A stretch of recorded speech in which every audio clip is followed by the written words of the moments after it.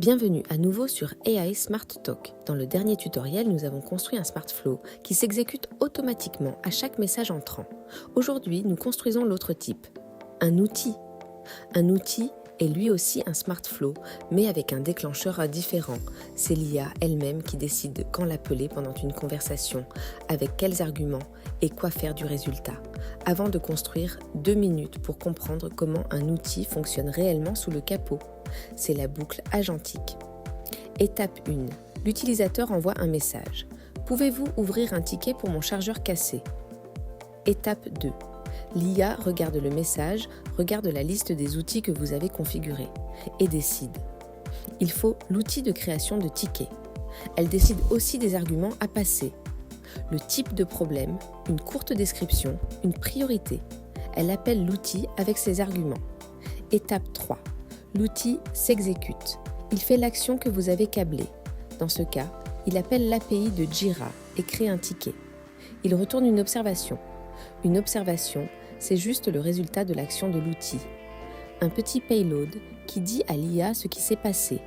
Ticket créé, identifiant 223, lien attaché. Étape 4.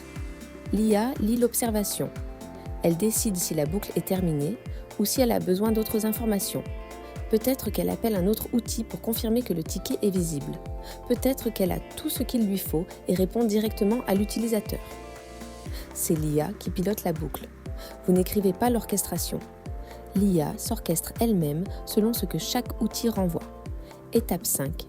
L'IA répond à l'utilisateur avec un résumé en langage naturel de ce qui vient de se passer. J'ai ouvert le ticket 223 pour votre chargeur cassé. Notre équipe vous recontacte rapidement. Une dernière chose, vous verrez une action spéciale quand vous construirez un outil. Définir l'observation. C'est l'action qui termine l'outil avec un payload que l'IA peut lire. Chaque outil a besoin d'au moins un nœud. Définir l'observation, sinon l'IA ne reçoit rien et la boucle casse. Vous avez le modèle. Un outil, c'est un Smart Flow avec le déclencheur outil de conversation. L'IA l'appelle avec des arguments. L'outil s'exécute. L'outil pose une observation. L'IA lit l'observation, décide de la suite. Construisons-en un. Ouvrez l'admin de Maya et cliquez sur AI Skills. Cliquez sur Create AI Skill, la modale Outils de conversation s'ouvre. Ce formulaire unique, c'est l'endroit où vous enseignez à l'IA ce que fait votre outil, pas seulement son nom. D'abord, la description. Faites attention au libellé. Create a ticket in Jira. Cette phrase, c'est ce que l'IA lit pour décider quand appeler l'outil. Soyez précis, soyez direct. Imaginez que vous l'écrivez pour un collègue qui n'a jamais vu le produit. Ensuite, les variables. Ce sont les valeurs que l'IA remplit quand elle appelle l'outil. Nous en ajoutons 2.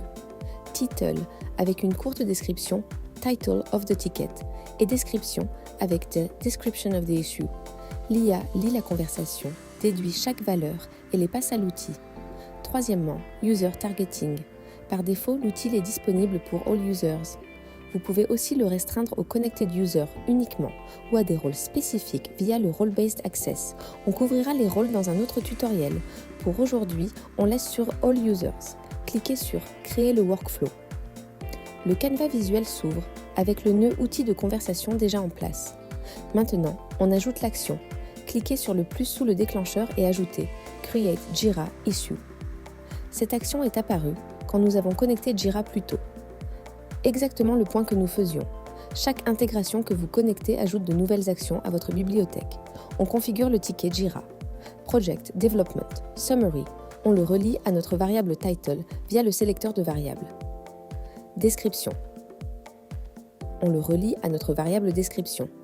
Issue type, bug, priority et assigné, on les laisse vides pour l'instant. Dernière action. Définir l'observation. C'est ce que l'IA récupère de l'outil. Nous retournons la clé du ticket et son adresse pour que l'IA puisse citer les deux dans sa réponse à l'utilisateur. Sauvegarder. Petit test de cohérence dans le testeur intégré.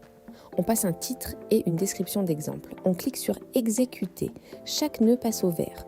On ouvre la variable de sortie. Et on voit l'adresse du ticket. L'outil fonctionne. Place au vrai test. Retour sur Overview. On ouvre le chat. On tape « Je veux signaler un problème. Je n'arrive pas à me connecter au panneau d'administration ».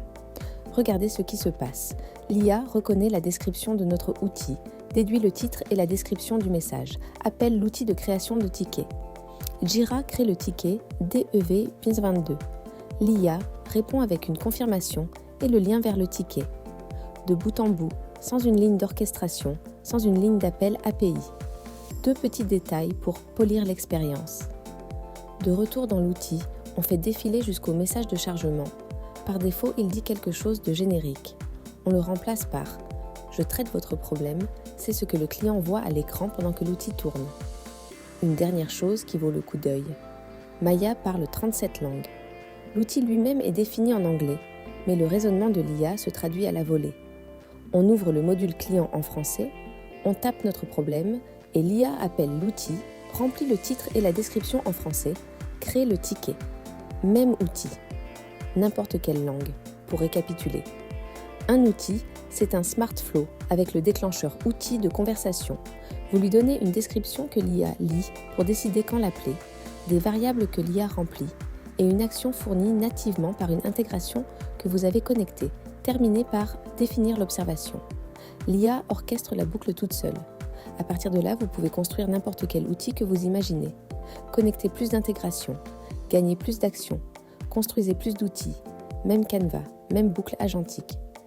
Prochain tutoriel. Role-Based Access. On ouvre les contrôles d'accès et on décide quels utilisateurs peuvent utiliser quels outils. À très vite.